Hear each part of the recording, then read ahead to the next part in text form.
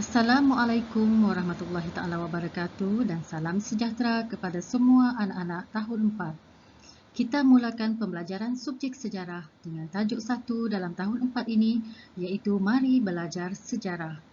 Pada sesi ini kita akan terokai unit 1, iaitu Mengenal Sejarah. Cikgu akan bincangkan 2 sub-unit dalam unit ini. Diharap anak-anak sudah bersedia.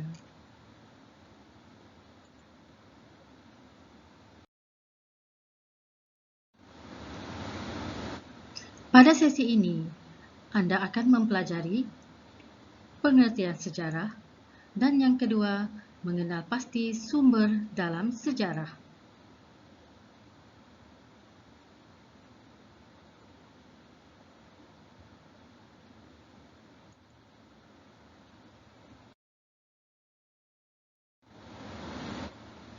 Ya anak-anak, sejarah ialah peristiwa yang benar-benar berlaku pada masa lalu. Mari kita lihat pengertian sejarah daripada sejarawan terkemuka. Yang pertama, Herodotus. Herodotus menyatakan sejarah merupakan penceritaan tentang tindakan manusia dan sebab-sebab mereka melakukannya. Manakala Ibnu Khaldun pula menyatakan bahawa sejarah membicarakan peradaban manusia dan perubahan yang berlaku. Seterusnya, E.R. Carr pula menyatakan sejarah ialah satu proses interaksi antara masa kini dengan masa lampau.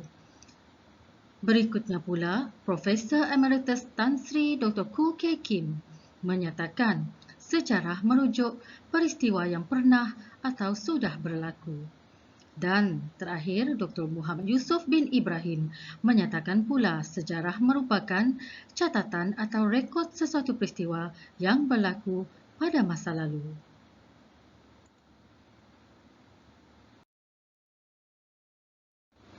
Jadi anak-anak, kesimpulannya sejarah melibatkan tindakan manusia, perubahan dan catatan sesuatu peristiwa yang berlaku pada masa lalu.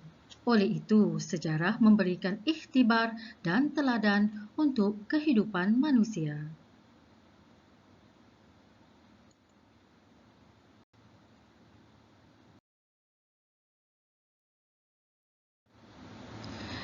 Seterusnya anak-anak, kita lihat pula sumber sejarah.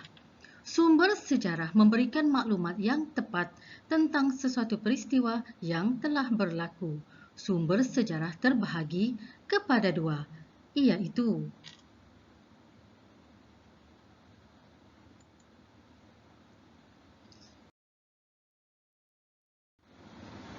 yang pertama sumber primer dan yang kedua sumber sekunder.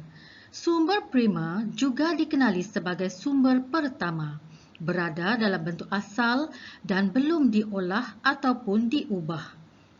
Contohnya, fosil. Fosil merupakan tinggalan tumbuhan atau haiwan yang terawet, seperti yang ditunjukkan dalam gambar. Seterusnya, sumber primer yang kedua ialah manuskrip. Manuskrip merupakan tulisan tangan seperti Hikayat Hang Tuah dan Sulalatus Salatin. Seterusnya, contoh sumber primer yang seterusnya ialah artifak. Artifak ialah hasil ciptaan manusia seperti alat batu, tembikar dan duit shilling. Contoh yang berikutnya ialah dokumen rasmi, mengandungi catatan tentang sesuatu peristiwa sejarah yang telah berlaku. Manakala sumber sekunder pula ialah penulisan yang dihasilkan daripada sumber asal. Contohnya, buku, majalah, akhbar dan risalah.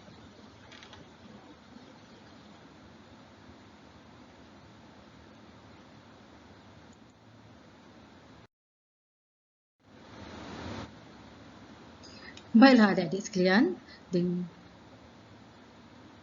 seterusnya cikgu nak anak-anak semua untuk melengkapkan latihan ini. Anda boleh merujuk maklumat dalam buku teks untuk menjawab soalan-soalan ini. Soalan yang pertama, berikan pengertian sejarah. Yang kedua, nyatakan pendapat Herodotus dan Ibnu Khaldun tentang sejarah. Soalan yang ketiga, nyatakan sumber, sejarah dan maksudnya. Dan soalan terakhir, berikan contoh bagi setiap dua sumber sejarah berkenaan.